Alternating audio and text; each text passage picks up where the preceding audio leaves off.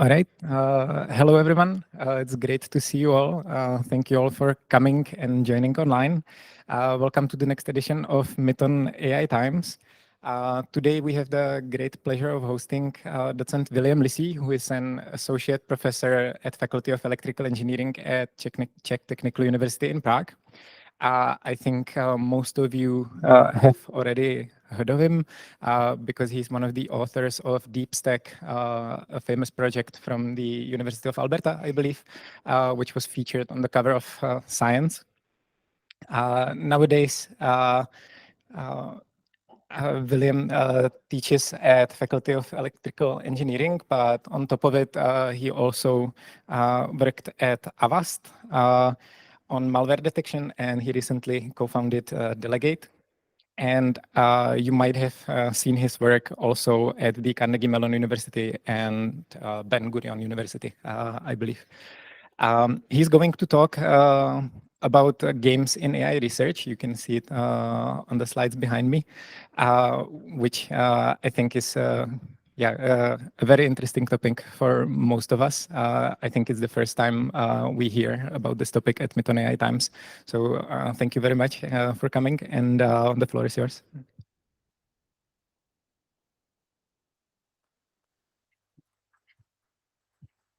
Okay, so thank you for coming. Today I'll try to give you some very high-level overview of why, in my opinion, it is interesting to deal with games in AI, and then some of the milestones and some of the complications that needed to be solved. And I'll not go into much technical detail because I assume that for many of you it will be just the first intro, but still some of the concepts I think are interesting. And if you don't understand them, just ask, stop me. Clarifying questions are very, very welcome, because it's not useful for anyone to just sit here and not understand what's happening. But I deliberately chose concepts that I believe that I will be able to explain. So if I didn't manage, just stop me and try to ask. Okay, so I like to have concepts I work with well defined. So when I start a talk like this, I usually go through some definitions. When you look at Encyclopedia Britannica about what is a game, game is a physical or mental activity or contest that has rules and that people do for pleasure. And I think that almost every single word there is important for why it is a good benchmark or domain for AI research. In Cambridge Dictionary, it's an entertaining activity or sport, especially one played by children, or the equipment needed for such an activity. And then from some book, paper, game is a system in which players engage in an artificial conflict defined by rules and results in a quantifiable outcome. So I think all of these concepts are super important, but there are kind of three main themes which make them great for AI research. One is the clearly defined rules. Very often, if you have any kind of research, you want to have great results, right? And then you often take the domain, the problem you are trying to solve, and you tweak the problem so that your method works well, and then you can publish a paper. Like with games, the rules are well known, everybody knows them, everybody knows that they are kind of balanced, challenging, and if you want to create an AI that will solve the problem well, you cannot avoid that. The rules are there. Then often it's easier for the researcher because real world problems are messy, are not well defined, people don't want what exactly they want to solve. With games, you don't have to deal with any of this, right? The rules are well known and you can just solve them.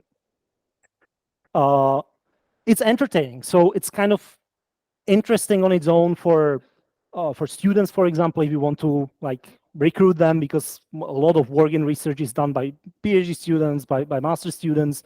So it's kind of interesting. And it's also saying something about the problem itself. Real world problems are boring, but that means that they are sparse, for example. For a very long time, nothing happens. You have to somehow hack it around, abstract it, whatever. You don't focus on the core decision problems, the core difficulty. the games being entertaining don't have this. Like they are really compacted into the really interesting problems that you want to solve, that you want to evaluate on, that you want to benchmark on, right? So that makes them very, very good domains. And also people kind of care, like general public sometimes, like if you achieve some results, people immediately understand that it's something important. And that relates with the third topic, and that's benchmarks. Like for games, especially games like chess or Go, like the community where these games are popular have the best players of these games as these like super intelligent superstar, right? Like everybody thinks that if somebody is like the best in chess, he has to be the smartest person in the world. And they have been studying for their whole lives. They've like read books, and people wrote like about Go thousands of years of books on strategies how to do that. And now if you create a computer program that can beat these people at this game, like unarguably, you have achieved something. You have achieved some level of intelligence. And of course, then they will say that there was just brute force search and nothing interesting. But still, like many people will understand that something important, something new has happened if you are able to beat these people, right? So the benchmarking aspects of like showing the milestone of what new, more complex game we can solve also is important. So these are, I think, the main reasons why games are very good benchmark problem for AI research, and why it was very interesting from very beginning. And also, if you look at the more fundamental level, and that was that interesting for children and so on, like all children, all puppies and kitties and whatever cute things here, learn by playing games, right? You don't put a child in front of a real world problem like business analysis, whatever. Like they wouldn't understand what's happening. And games have this like scalable difficulty, right? Like you can play it with a random opponent, you can play it with a semi-smart opponent, you can play it with a very smart opponent, and it's still challenging. It can still keep you engaged. It can give you the exact challenges you want to train. Somewhere in some games you want to train cooperation. In some games you want to train competition. Some games strategy. Some game maybe memory. Whatever. Like we have wide set of games for children to play and to like build different cognitive skills. And if we can leverage this even for like improving and understanding AI, I think it's a very good way to do it. So games were always somehow interesting for AI, and it started already in like very early. People were fascinating in the about the idea of creating a machine that would be able to play games, and chess was one of the games that was from the very beginning considered like difficult. And so like you have probably heard of the Turk, which like was the inspiration for the Mechanical Turk, which was basically a scam, which people were like dragging around shows, and they were showing this machine in 1770, which was able to play chess, but there was just a midget somewhere hidden and was playing chess from there. But it was a very popular attraction because people were just fascinated by the idea that some like wheels and springs would be able to play chess. So they were really deeply interested in this. And even before the advent of computers as we know it, like there were first specialized machines which were in 1912 like designed to solve endgames of chess. So just like with a king and two rooks, I guess, there was a special purpose machine built, like this one was partly electrical already, that was able to, even in the new version, even move the pieces in the first version just to like give the strategy of how you will do the end games. And this proved that it is possible. You can mechanize some form of intelligence. And of course, immediately with computers, people like Alan Turing and Claude Shannon, who were at the very foundation of computer science, were very interested in how to create chess programs, like whether these new things, these computers can do something as smart as playing chess. And in 1949 already, there were some papers describing like these basic ideas how to play it. And already then it was about like game trees. So game tree is a very simple representation of what's happening in the game. And you can see it on this tic-tac-toe game. So at the beginning, there are no marks. Then the maximizing player is playing and is putting a cross anywhere on the board. Once it puts cross here, then there is the opponent, which we'll call minimizing player. The other way around. These are shifted. Sorry about that. I was copying from a different slide, so this should be shifted a little down. So then minimizing player puts a circle. Then again, maximizing player puts cross, and so on until you go to the very end of the game. Then you can already see who won, right? So here the circle won. There nobody won. It's a 0. There the cross, the maximizing player won, so that's +1, right? And if you have evaluated all these situations, then you can do backward induction, like the well-known minimax algorithm, where every time when the maximizing player is playing, maximizing player can choose here. Let's go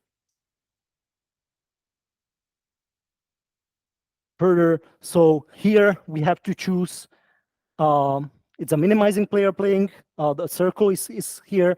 And in this situation, you can put the circle here or here. There are no other options, but both options lead to the opponent winning. So you don't have a choice. You have to take the +1 even here. Here, you can put the circle here and here. If you put it here, you win.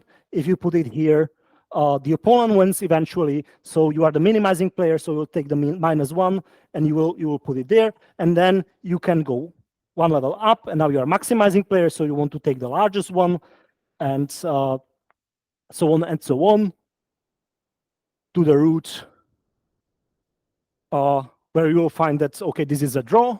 But then whenever a player chooses an action, you can follow the path and see, like, okay, here it doesn't matter, I can play anything. But if you are already in this situation and the opponent makes you can choose like this one, where it will go to a forced win already, because you know that your value there is +1, right? So it's a very simple kind of backward induction algorithm where you will just see whenever like one player can force a win. Is it somewhat clear? The important thing is that you can think about games like this. It's a game tree, it's a tree of situations, and then you can think about what actions every player should perform. And this is pretty much what they came up with in the 50s. Like, it wasn't that difficult. And there is this Shannon's paper from the 50s where they explain exactly that for chess you can define the chess position and define where are the pieces, which side you are playing, and so on. You will have some representation. At the very end, you will have some evaluation of the leaf nodes of that tree, and then you can run the minimax algorithm and solve the game, right? So that sounds easy, but of course the problem is the size of the game. Like, everything is growing exponentially, and they even made these estimates already in the paper in the 50s that, yeah, if you want to solve it like this, you would need to have like 10 to the power of 40 states, which was like possible from the algorithmic perspective, so that there is a solution. But if you actually have to implement the solution, that's not feasible. And that's why already in the 50s they were explaining that, okay, you need some evaluation function, which means that you cannot unroll the game to the very end. You can think only several moves ahead, whatever like the computer will be able to do. And then you want to evaluate the intermediate positions and say whether they are like closer to win of the black or closer to win of the white. And then you can do the same thing as if it was actually the end of the game, right? So this is something that any of you who have some AI computer science background probably have seen.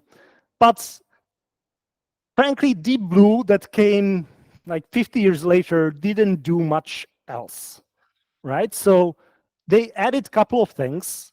They created an evaluation function which had huge amount of domain knowledge. Like, they took chess masters who played against Kasparov, who studied Kasparov games, and created like anti-Kasparov evaluation function. Like, what are the weakest spots in his strategy, what are the most uncomfortable spots where to push him, and created the evaluation function that was good for that.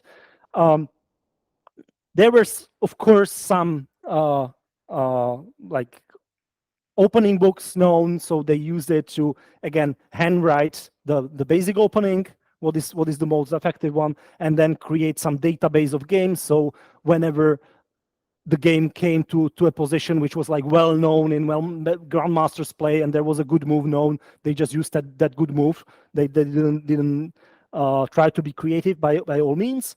And then they have endgame databases. So again, like when there were just a couple of pieces on the board, they knew how to do it. And then they had many of engineering tricks. Like one of the important thing they claim was a special purpose chip. So they were IBM, they were this kind of computer making company, so they made it a special purpose chip just for evaluating and generating chess positions. And that was their branding. Who knows how important it was? Maybe it gave them like a year or two before the general purpose computing would get there anyway. And they had a huge computer with 30 processors and 1 gigabyte of RAM that they run it on. So really, just for the perspective, like any mobile phone is way more powerful than what they had before. And from the algorithmic perspective, really to the basic minimax, they added only some pruning. That was actually the thesis of the lead author on the paper, that he was dealing with this Nega Scout, which is some minor improvement of alpha beta search. And then they had the standard improvements like transposition tables. So if you move 1 first and move 2 second, or if you do move 2 and then move 1, the situation is kind of the same. So you can reuse the values. And quiescent search is similar to this selective deepening of the search. So the selective deepening was based on the human knowledge, where like you want to go a little deeper in the tree in some selected spots which are kind of interesting. And the quiescent search does something like that more automatically, where you can detect places where you want to go a little deeper to do it. So this was like 1997. And immediately after this was solved, like people were looking for the next challenge. Like, okay, we can do this, but that was somehow simple, right? Like every time we have the solution, it sounds simple. So they were looking for the new challenge, and the new challenge was Go. So of course they try to use the same kind of principles, right? You want to do the search, you want to do the heuristic evaluation function after several moves. But the game is somewhat much more complex. If like you understand Go, then great. If you don't understand Go, you have a board like that, 20 by 20, and you have white stones and black stones, and the players are alternating in putting stones onto the board, and they have to basically encircle some parts of the board to capture the opponent pieces. If they manage to like encircle completely the opponent's pieces, the opponent's stones, they are removed from the board and the game continues, right? So that's the general idea. And the problem with it is that how do you create this evaluation function, right? Let's say that you, from the very beginning, you make 10 moves. In every move, you can choose from something like almost 400 options. So it's already 400 to the power of 10. It's like way more than you can hope to look ahead. And you get to a position like that. So who is winning? Like, even if you knew a lot about Go, like it's very hard to say anything because there is no structure in the game, right? It's not like chess pieces. Like if you lose an important piece or less important piece, you can say something about it. Here, like there was some knowledge and people were trying to encode it, of course, like we're trying to build the evaluation functions, but it was very hard. And like in the couple of moves you can actually think ahead, nothing important happened in the game, right? So it was very hard, didn't work.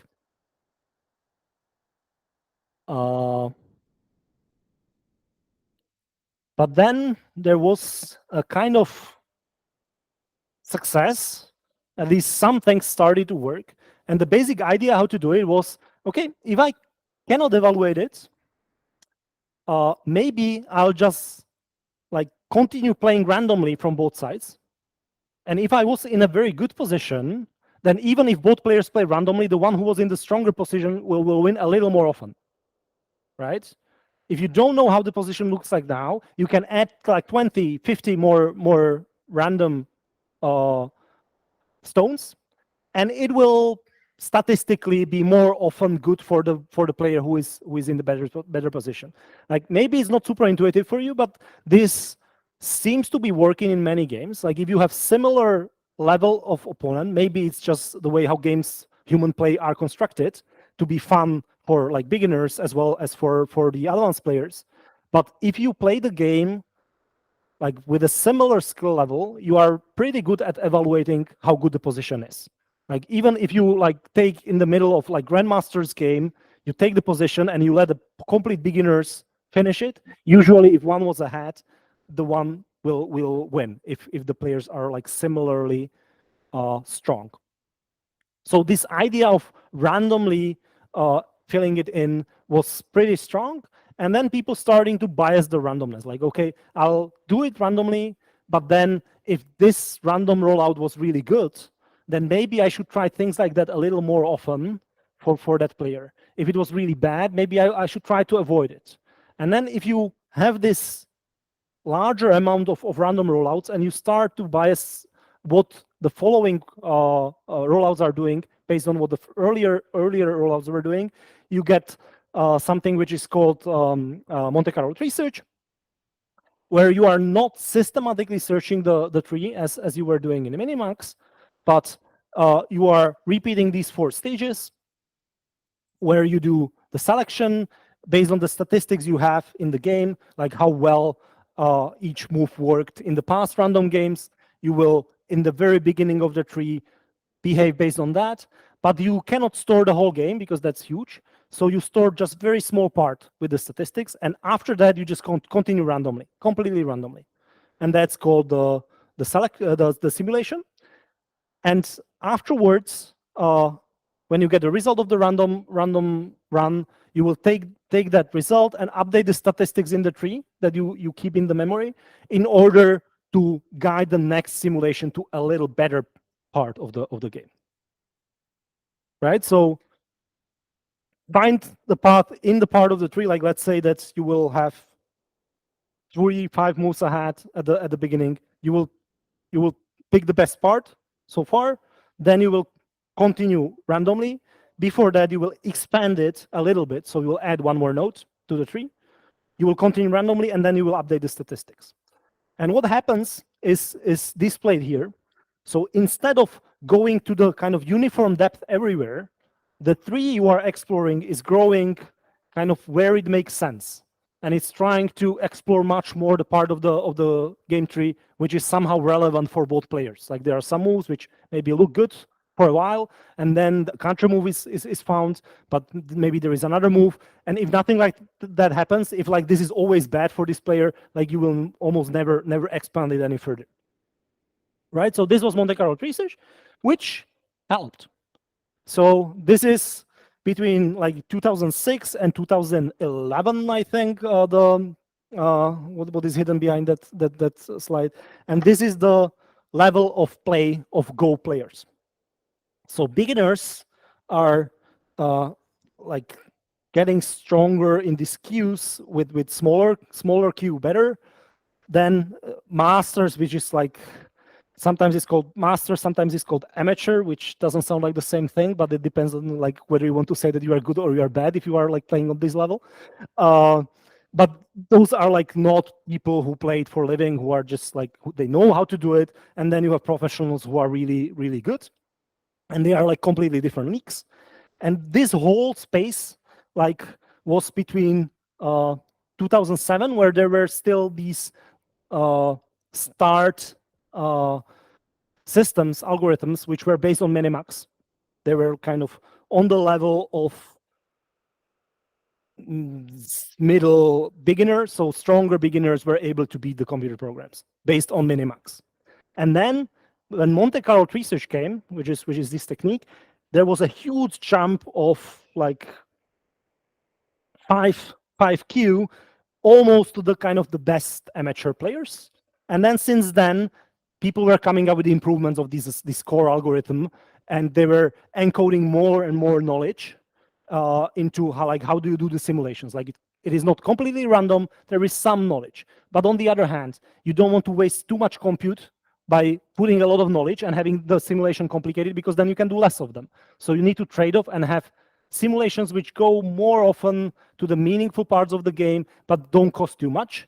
And people were trying to add like kind of patterns of the Go board and so on in order to guide it better, to choose the moves better and so on. So by these kind of improvements, it was gradually kind of improving, but it was still somewhere here, even in the 2011, 12, nowhere close to the top like amateur players.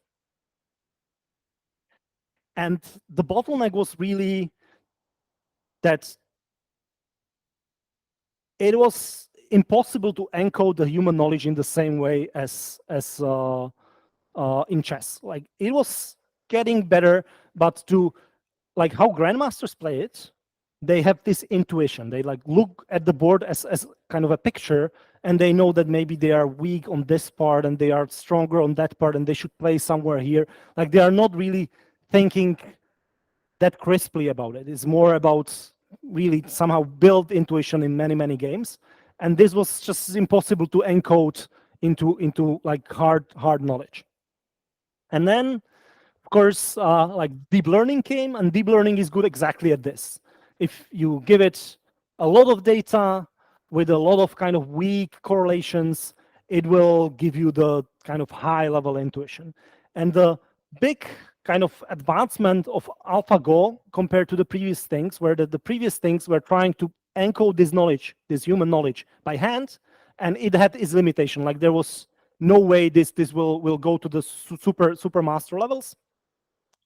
And AlphaGo just used a deep neural network to do it. So we had several layers of neural network. On the beginning, it looks like a picture, which was very convenient because like deep learning like grew on pictures, and all the libraries, all the tools that people were able to use were used to work with pictures. So if you can encode the game as a picture, that's super convenient because all the tooling just works. And then you have several layers, and they were basically training two kinds of networks. There were several copies and complications and whatever, but one network was just trying to copy the strategy. Like if you have this situation on the input, what is the probability that the human player initially will pick every position to play, right? So this is a policy network. And then there is a value network. If you have this board on the beginning, what is the probability that the first player will win, right? What is the value of the position? And then there was some like reinforcement learning technique to train this policy a little better and to improve that value a little better in self-play.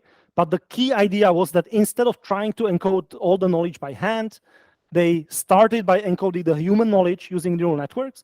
But in the later variations, they gave it up, and they just were trying to capture this knowledge from self-play. So they started with completely randomly initialized neural networks, and they played it against each other forever and tried to improve this policy and improve this value estimate. And based on that, they came up with a system which was super strong. And here we can see how the state of the art looked like when it came out in 2015.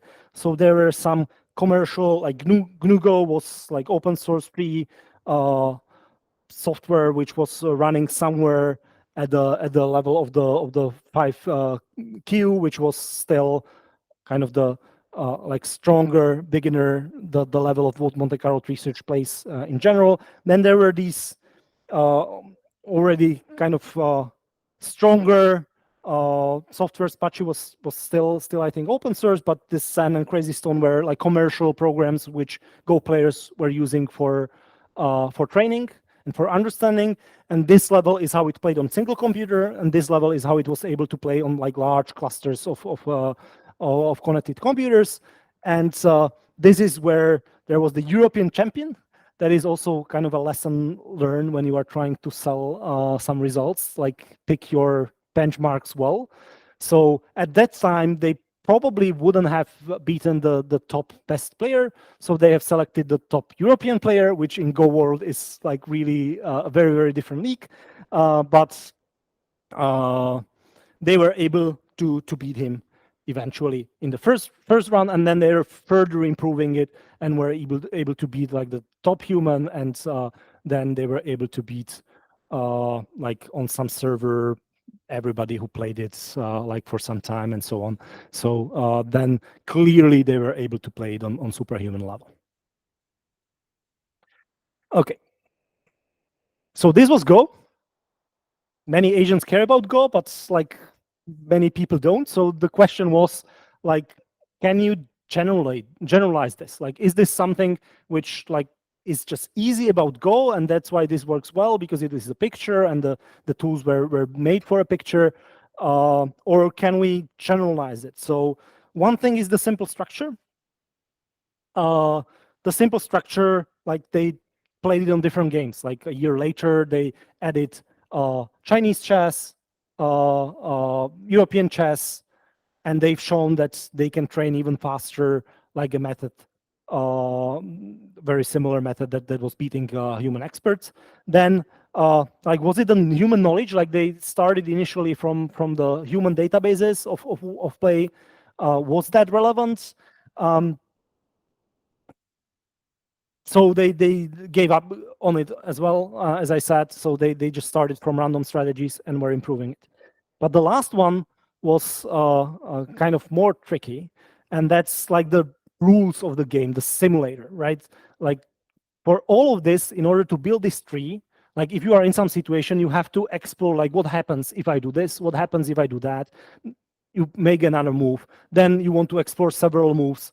What happens then? This is not something what you can do with the real world, right? Like you cannot just try a move, take it back, try a different move, take it back, see what works, right? So they wanted to be able to have access, like just external access to the simulator. So you can start the game, you can play the game to the end. You can start another game, you can play it to the end, and somehow do the same thing just with this access, right?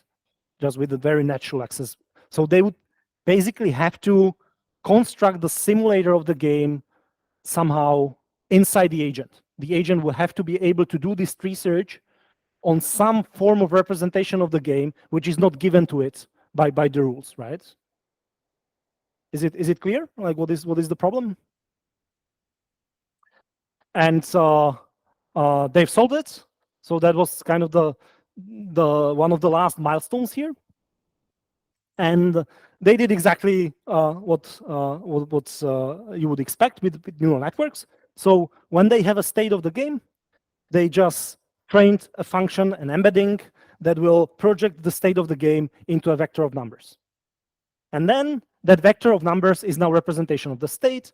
And they trained from this vector of numbers, like what is the policy and value, right? So that was the two neural networks that before had on the input the state, the picture of Go board, and now they have this abstract vector of numbers on the input, but they are still computing the same thing. They are computing the policy, what are the next actions you should choose, and the value, like how good is the state you are at. And then they added this function G, which is again just a mapping from this vector to another vector, which is saying like if I apply action A in state S0, like what will be the next state? What will be the representation of the next state, right? So they were not trying to reconstruct the actual Go board. They were trying to reconstruct the vector, the embedding of the Go board. And then again, from this next state, they would be able to predict what is the policy there, what is the value there. And again, after they apply an action, there is another state, right? So they wanted to have this extra function G and this extra embedding of the states that would allow them to run the search like inside the agent, just in his head, not actually having to interact with the environment. And It was not that difficult to train, like from the paper, of course, like doing that was probably a different story, but in the paper, they were just running the simulation in the game.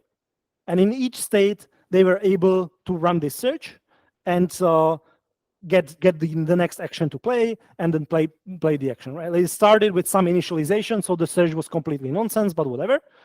And then they used the same trace to train the simulator, right? So they took the state, they created the embedding, then they knew that they applied action A, they got a new state, they embedded the new state, and now they knew that this function G has to transform this embedding to this embedding. And then you have everything you need to just train a neural network, which will do this G. So every time you get a new state, you will just embed it, and you will train the G to like emulate the transitions in the real world. And it appears that like it was able to find some very like compact, efficient representations, because with just kind of millions of traces like this, it was able to construct a simulator that worked pretty well, and it was able to beat all state-of-the-art in all the previous games. So chess was one of the games they already added before, when they were just getting rid of human knowledge and showing some generalization. So they were able to show that in 1 million of training steps with this they were able to achieve it. It's a little cheating, right? Because it's 1 million of training step of the real game, from which they are abstracting the simulator, but then they are not talking about how many steps they do in the simulation, right? So they actually have much more experience with their internal model of the world than they use for training than just the external experience, right? So that's why it's not completely apples to apples, but from the outside perspective, it is apples to apples if you don't count what the agent is doing in their brain. So in chess, they were able to beat the state of the art. In the Chinese, in shogi, where they were able to beat the state of the art in Go as well. And these were still kind of the general like board games. But then there was another like parallel line of research where they were showing that they can create these reinforcement learning agents to play any Atari game, right? So here they were showing kind of mastery, that they can take one specific domain and be very good at it. There they were trying to show generality, right? Atari engine can run like hundreds of different games, and they had a benchmark of I think around 100 of games that they were playing, and they wanted to have one kind of architecture that would be able to learn to play any of those. Like it's not one bot that is once trained and then playing all of them. That still cannot be done. But for each particular game, the same architecture would just start juggling the joystick randomly at the beginning, seeing what's happening on the screen, and eventually like achieve superhuman scores in most of the games they played. And then they've shown that this mu0 algorithm can play even that. So even with the Atari games, they were able to build this internal simulator, which was able to like project the what you can see on the screen into the internal state, and then train this G function, which was advancing the internal state, and run the Monte Carlo tree search on top of that. Any questions? Clarifying questions, like for more general questions, we can go later. But this was pretty much like the end of perfect information two-player, but there is not so much difference, but perfect information games. So if you can see pretty much everything important what's happening in the game, you can do this. And if you use a huge amount of compute, you will create a superhuman bot for it. But perfect information games are not everything, and some games don't have everything important there. In some games are actually built on having hidden pieces of the information which are super relevant, and poker is one of them. So for people who are not super familiar with poker, I'll just go through Coon Poker, which is kind of the smallest toy domain which has the poker characteristics, just to understand the challenges there. And the game is played with just 3 cards, right? King, queen, and jack. and it's 2-player. Anne and Beth both have two chips, and the 3 cards are shuffled in the deck. And now, before the poker game is played, everybody has to put some money onto the game, so that there is something to play for. And then who wins gets this spot in the middle. And then each of the players gets 1 card. Let's say in this case, Anne gets a king, and then Beth gets a queen. And now they have to decide what to do. They can either, like Anne goes first, she can either just check and let Beth play, or she could put the extra chip in, and then Beth would have to put her extra chip in order to continue playing, right? So what should Anne do now? Like, if Anne knows that she has the king, she has the strongest cards, so she will win.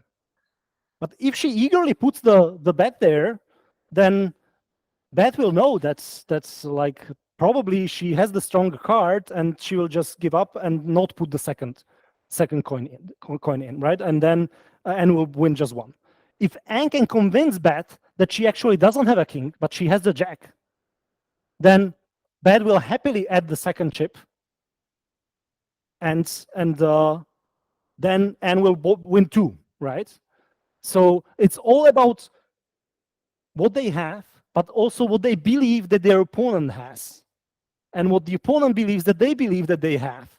And they have to model this somehow to understand the game, right? So in this case, if Anne says check, then Beth may think that she has a weak hand, so she will raise, and Anne will call, and she will now get both of the coins. But if she does always this with a king, if she always kind of checks with a king, then Beth will know that's okay. She checked at the beginning, so she probably has a king, so she'll fold and not give the second one, right? So it's all about this interplay about who has what and who thinks who has what. So in poker, it's slightly more complex, but I hope that I convince you that you need to randomize, right? That any kind of deterministic strategy will not work. You sometimes have to raise, sometimes have to check, and you have to do it in the right proportions so that to optimize your winnings. And it's a little easier to think about it in a super simple game of rock, paper, scissors, where it's kind of the same, right? If you play rock, paper, scissors, if you have to somehow think about what the opponent will play.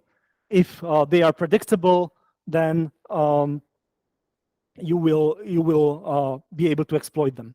And you can still use the schema of the game tree, even for imperfect information games. You still have like first player's move, first player chooses rock, paper, scissors, then the second player doesn't know which choice was made, so that's represented by this, which is called information set, and then the second player chooses like what they would play, and you can still use many of the intuitions and algorithms from games for this, but you have a different objective.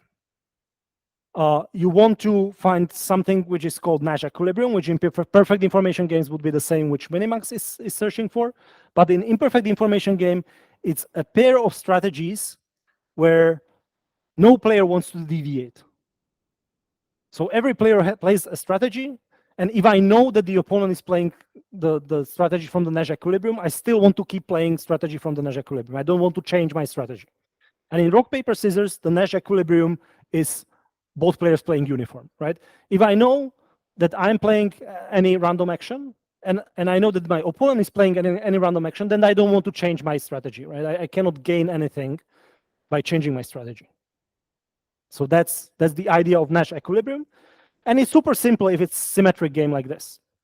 But if you take a variant of rock, paper, scissors with a friend who likes to troll you about winning with a stone, every time he wins with a stone, he's with the rock, he's making fun of you, and he's giving him an extra pleasure of 1 point, and he's giving you the extra point of 1 point. So every time this game happens, so you pick scissors and they pick rock, you lose 2 and they win 2, right? So in this kind of modified game, what is the Nash equilibrium? What is the optimal strategy? to play. And that's way more difficult, right? You have to think of like how to balance, and what it boils down to is that you want to play such a strategy that maximizes your value so that the opponent is indifferent between the choices they make. Because if you maximize the value and the opponent like is indifferent, then whatever distribution between actions they play, you still get your value, right? If they get the same value for each action, they get the same value for any randomization of those actions. And if both players satisfy this property, then you are in the equilibrium. So you can see it as this optimization problem where you maximize the value. You want to play a strategy, so the sum of your probabilities has to sum to 1.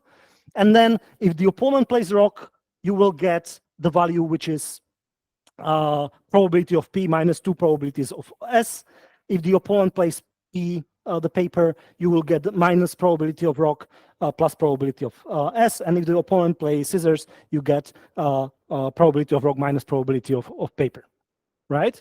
And if you want to maximize your value so that for each of the possible opponent's values, you will get something, you will compute the equilibrium. Your strategy will be optimal. And in this case, it is that you should play rock with probability 1/3, you should play paper with probability 5/12, and you should play scissors with probability 1/4. So just to understand where like this playing with probabilities kind of comes from. And in poker is the same, right? You don't have like this trolling friend, but you have different like amounts of money in the pot, different strength of the hand, and so on. So there are different parameters which make the game asymmetric, but then you have to balance it and to find the right probability distribution with a rather complicated optimization problem, right? And now, this is what people did in poker.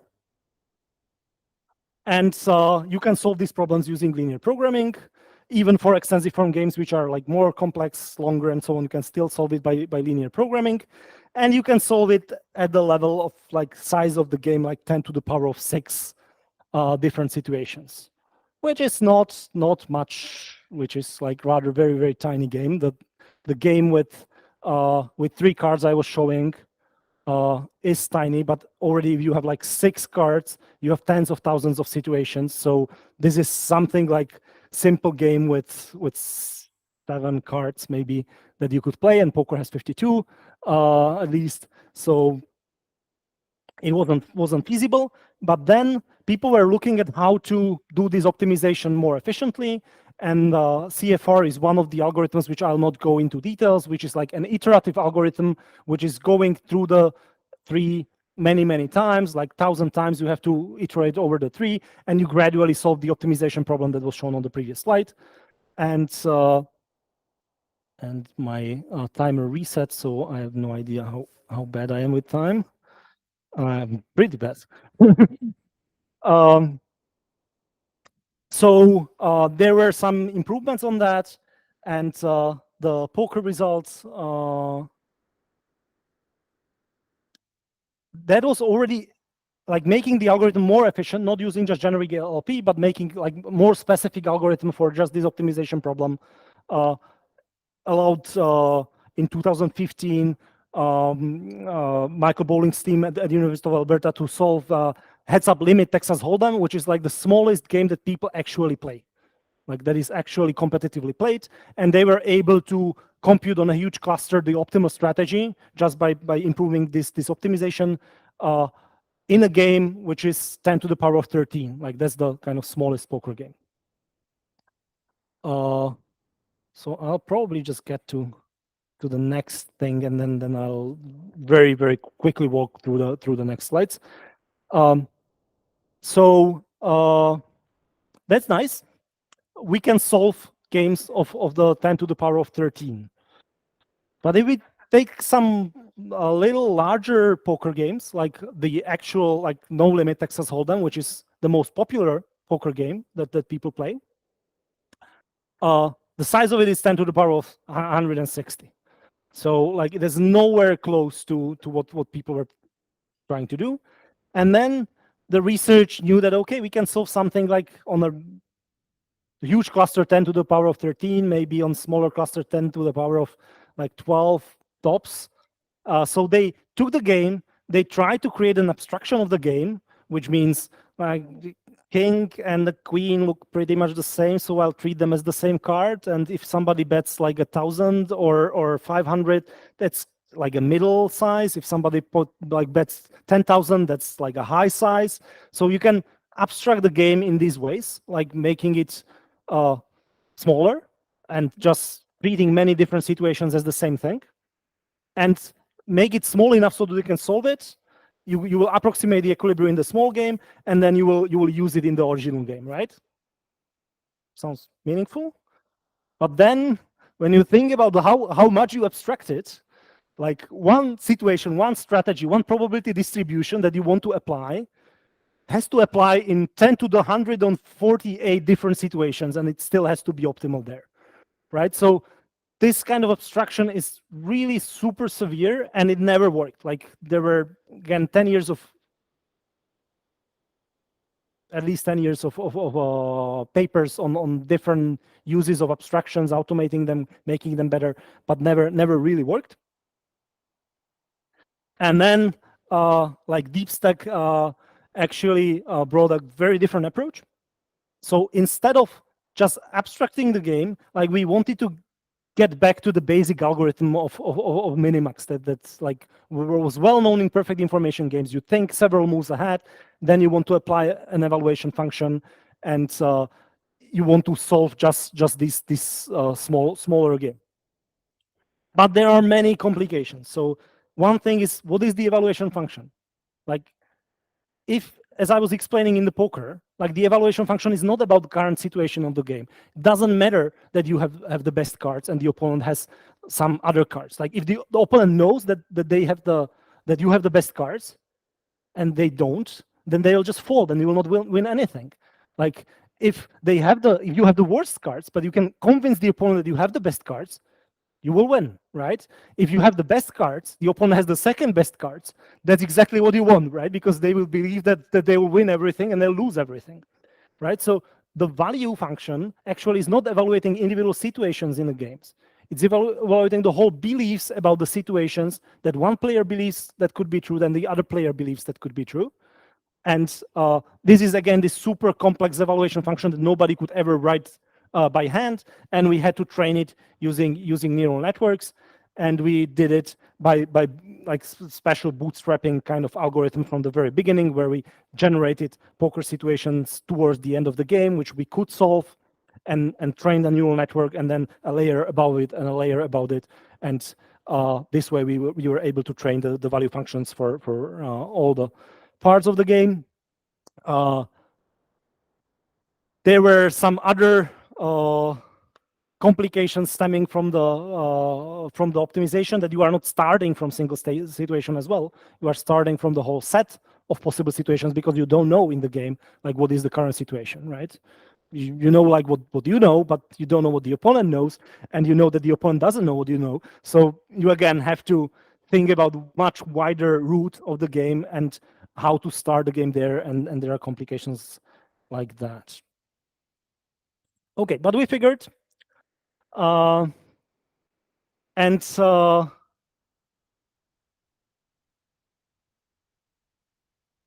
way how we solved the problem was heavily dependent on some simplifying assumptions in poker. And since like I'm already at an hour, I don't know what I should do. So I'll just try to speed up as much as meaningful. So this was the input of the neural network. For each possible cards that either player can hold, what is the probability that I hold them? What is the probability that the opponent holds them? And what is the public information, which is quite small? Like what is the size of the money in the pot, and what are the cards on the table? Which is like a very, very small, compact thing, which doesn't change over the whole game, right? At the very beginning, you get dealt these cards, so this strategy, these probabilities are uniform. This is a 0, and this is no cards, right? So the very beginning is simple, and then basically this captures all the information. So when you reason about the state of the game, you can reason about it in this kind of abstraction. But that's not all games, right? If you think about that game, which looks a little bit like chess, but not really. That's Kriegspiel. And the rules are exactly like in chess, but the problem is that you see only your own pieces. And every time you want to perform a move, which is not allowed by chess rules, the judge will just tell you like, okay, that move is not allowed, try another one. And you will try until you make a legal move and then the opponent goes. So if you think about a game like this, like how would you represent the probability distribution over all possible situations that the opponent can be in, and over all possible situations where you can be in, right? Like any position of the board is pretty much possible. So you need to represent probability distributions over all possible combinations of all possible pieces on the board, which is like a huge data structure that you are never able to do. And that's why you cannot use this kind of algorithm. You cannot even represent this value function, right? Because you need to put something on the input. And the input is supposed to be this probability distribution, which is completely intractable, right? And then your tree, when you are building up your search tree, that's again about these situations, like how after an action, this situation transforms to a different situation. So that's also completely intractable. So that's what we are focusing on after DeepStack. Like this is one of the key kind of issues, how to make the like game search work. And one option, of course, is just to use blind RL, not to do the search, just try to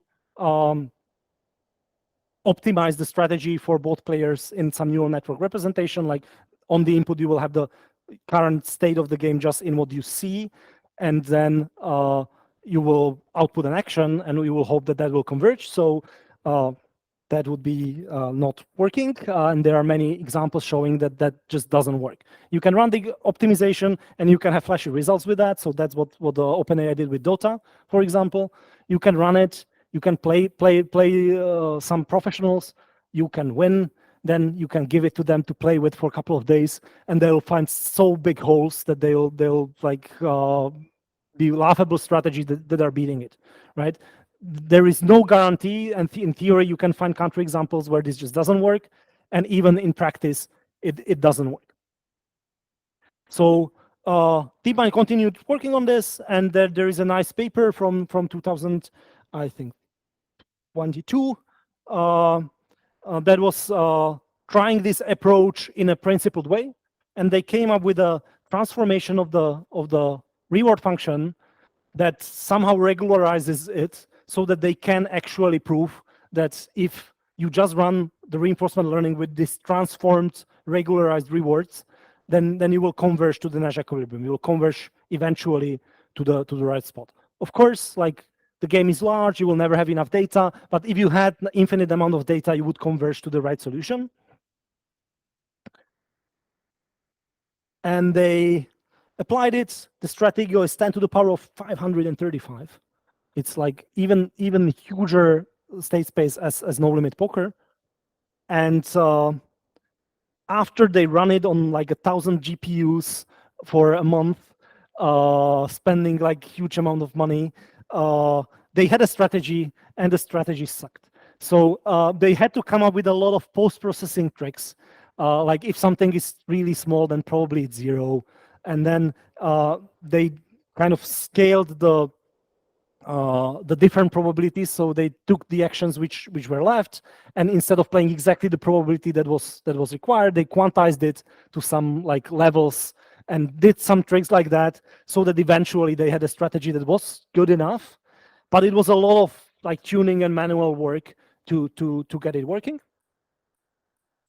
So we were doing a different approach. This is Ondra Kubicek, a PhD student of mine, who is working on an algorithm we call CPOT, which is trying to do the search at least when the game becomes tractable, right? So large problem with that pure neural network approach was in endgames, because the endgames are rarely explored in the learning. Each endgame is very different, and it was making a lot of mistakes. So our idea is, okay, if you are like at some point of the game, it's huge and it's intractable. But if you know that there are just 4 pieces left, maybe, or 3 pieces left, maybe it's already small enough so that you can represent these probability distributions and you can start doing the search.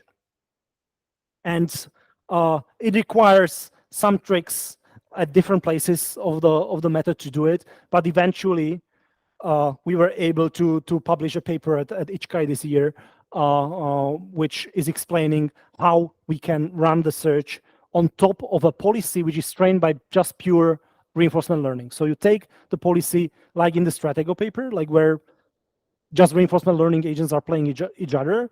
The policy is flawed, but it's okay.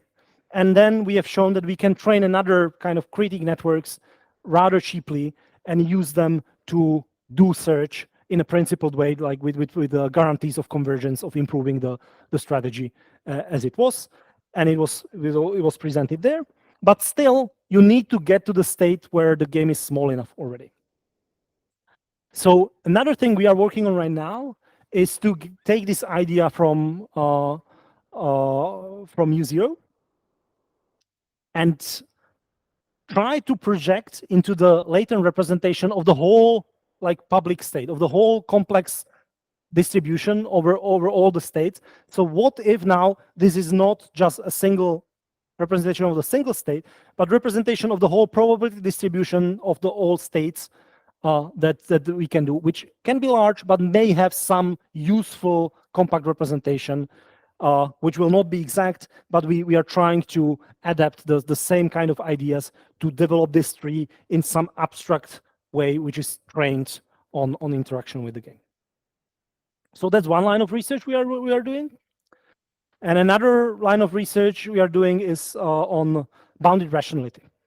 So this is a nice example. If you think about the rock, paper, scissors game again, the optimal smart strategy to play the Nash equilibrium is the uniform strategy, right? So what if you play the optimal strategy and the rubber ducky just plays rock? What is the result of the game? How much will you get from the rubber ducky? Nothing, right? So, and this happens in poker as well. If you play the super strong balanced strategy, then almost any meaningful strategy of the opponents will give you no rewards because you are so balanced and so optimal. Because Nash equilibrium, the point of the Nash equilibrium is to be safe, right? To be optimal against whatever the opponent can come up with. But the opponents which are not smart will not come up with anything at all. And if you know that rubber ducky will always play rock and you will always play paper, you will win like all the time, right? So we are looking at how we can model the opponent and include it in the optimization process. And there is already literature in how to do it if you can put the game into the memory. So if it's smaller than to the 10 to the power of 12 or something like that, there was a nice paper which is showing that if you have this optimal strategy, the Nash equilibrium, you are not losing anything. This is how much you can lose if the opponent plays against you rationally, and this is how much you can get from a not so great opponent. So if you are playing the Nash equilibrium, you cannot lose anything, right? You are optimal, but you are getting only very little from the opponent. On the other extreme is the best response. Like if you don't care about being safe at all, you assume that the opponent will stay playing the rock, stupid strategy forever, then you can exploit them by a very lot. But your exploitability, like how much you can lose if the rubber ducky changes their mind and they started to play something else, is going very high, right? So it's this point. And then, like trivially, you can play a linear combination of these two strategies, and you are on this line. But you can modify the optimization problem a little bit and get a very nice part of frontier where you can like get way more exploitation of the opponent for very little payment for like how much you can be exploited. Right? So this is something that existed before, and we came up with, again, a method how to do it in the research setting in the imperfect information game. So if the game is already too large to do it, like to put it all in the memory, and you have to do this look ahead search. Again, because of the irrationality, you have to change pretty much everything, but the structure of the algorithm is the same. And David Milec, another PhD student of mine who is working on this, like has a paper on it now at the AMAS 2024, if you are interested in the details. And then there are some other challenges that are interesting for me, but I will not bore you with them like half an hour after I was supposed to finish. So thank you very much for the attention, and I'm happy to answer any questions you might have. Right. Let's thank the speaker.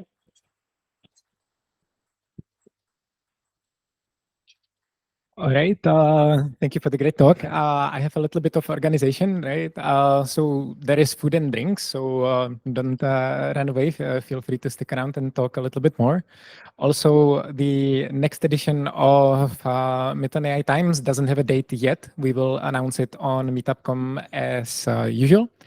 And yeah, I think that's it for the organization. And now, are there any questions?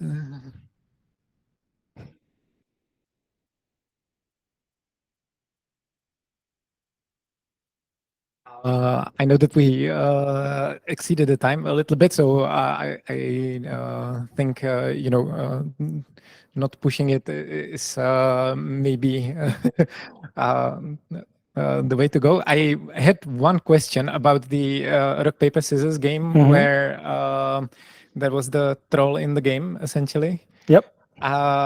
My first intuition was that the probabilities are going to be equal between paper and scissors, but they're not. And I think that the intuition is that that's because, yeah, paper beats rock, essentially. Yeah, because there is this cyclic kind of dependence. Yes, it's... or I made a mistake, but I think it's the cyclic dependence. That's correct, yeah.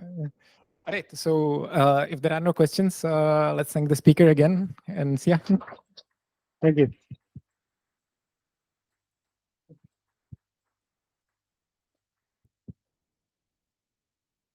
Toto můžeme asi vypnout.